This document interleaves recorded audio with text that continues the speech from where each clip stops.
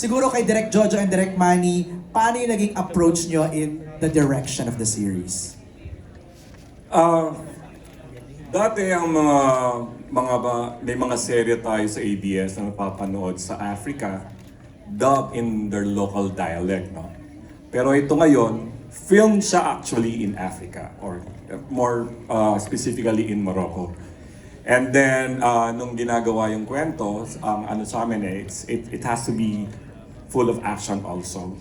So, syempre no, when I direct any project, any series, I consider first and foremost the narrative.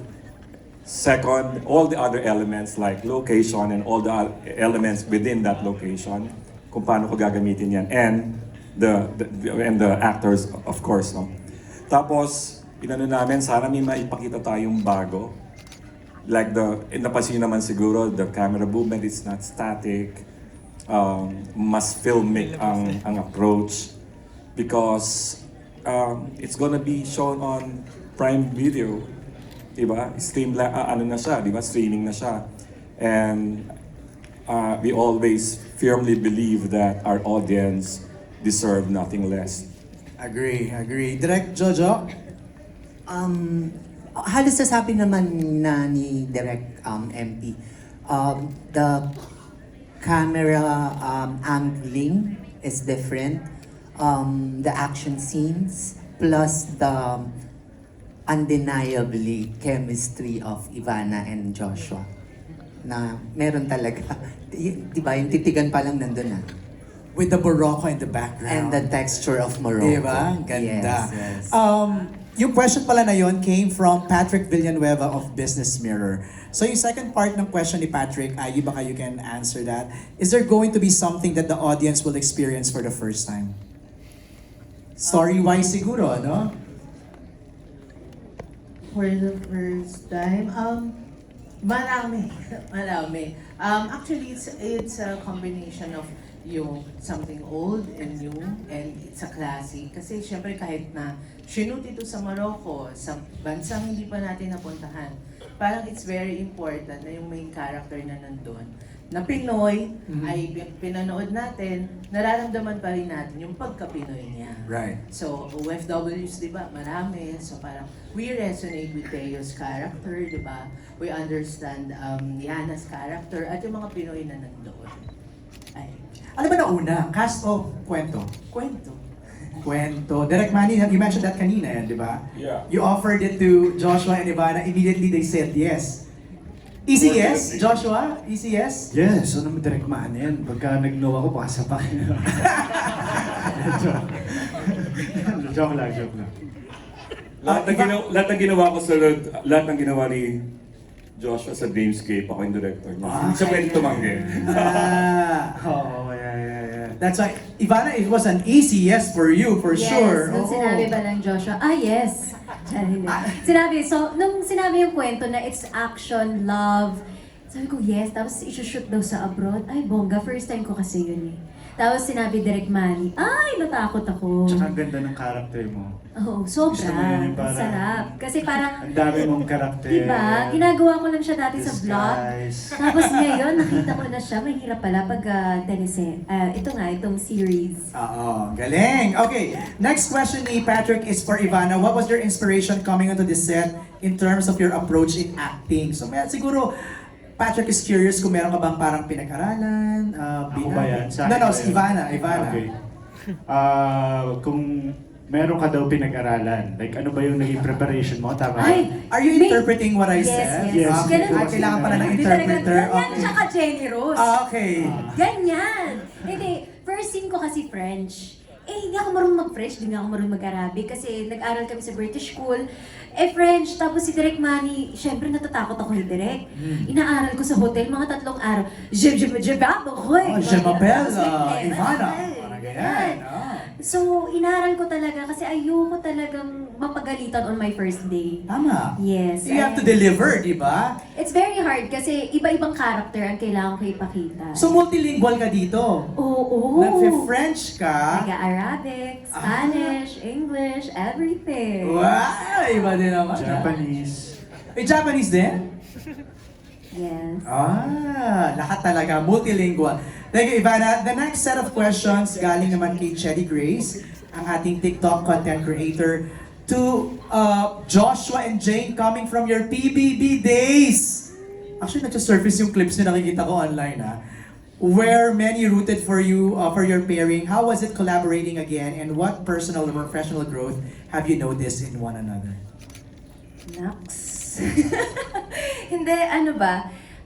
This isn't the first time naman na nagka-work kami after PBB, pero it's been a while. First time in a long time. Ito yung first na mahaba natin. Yes, together, right? yes. Kasi dun sa nakaraan sa movie, medyo bitin ako eh. Nabitin ako. Nakadalawang araw lang ako doon. Hindi, meron na tayong una. Ano Na yun? saan ka na kailangan kita. O sige na nga. After After that. ng mahabang panahon, nagkaroon Yes. tayo ng sarili buhay. Ito ulit yung parang... So maraming salamat sa pagpapaunlak. Uy, wala kayo sa PBB house, ha? Pero sarap na kwentuhan niya, nakikinig lang kami. Go ahead. But me, masaya ako na si Jane ay kasama ko dito. Alam mo yun, kasi nakakatuwa din na ma-reunite ka dun sa mga dating ka-housemate mo, di ba, sa Tama. PBB. And then, sobrang comfortable na sa isa't isa. I don't know why. Bakit nga ba?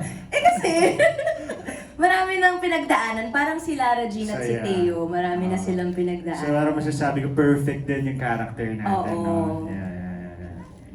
From that PBB tandem to another PBB tandem. Let's go to JM. Naman! Yes! Woo! JM and Fiang. Atake! Atake. Ang question ni Chedi is, how does mo dun?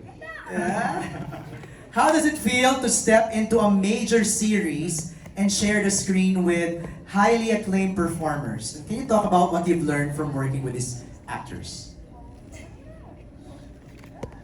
And hindi ako kasi kami honestly ni Fiam, una pa lang ang nasa mata na namin is yung mga knowledge na ma-adapt namin working with these veteran actors, kahit sila Direk Manny, sila Direk Jojo.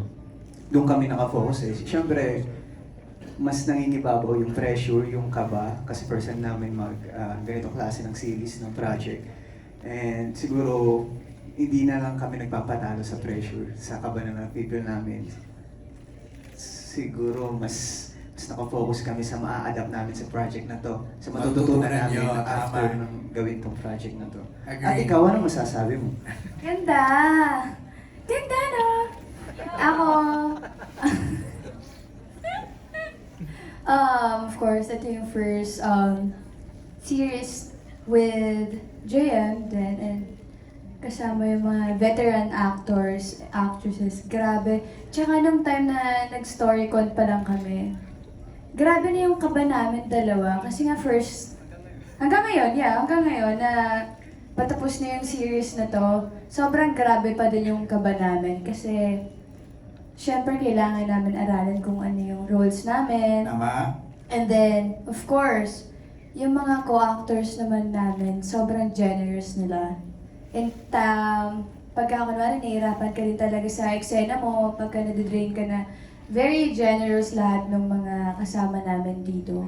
Oo, parang sponge ka lang dyan. Absorb ka lang ng absorb. Yes! Because Fiang, JM, you're working with Dina Bonnevie, Yes! Michael De Mesa, Hi, Mom! Hi, Erby Dad! Quizon, and Aramina. Grabe. Let's hear from them. Kuya Michael, how was it working with these young actors and doing Love Is Never Gone? Oh my, this is one of the experiences I've had that will really remain in my heart. Kasi I really enjoyed this set. It's my first time to work with Direk Manny, Direk Jojo. I've worked with Josh, but I've worked with Jane.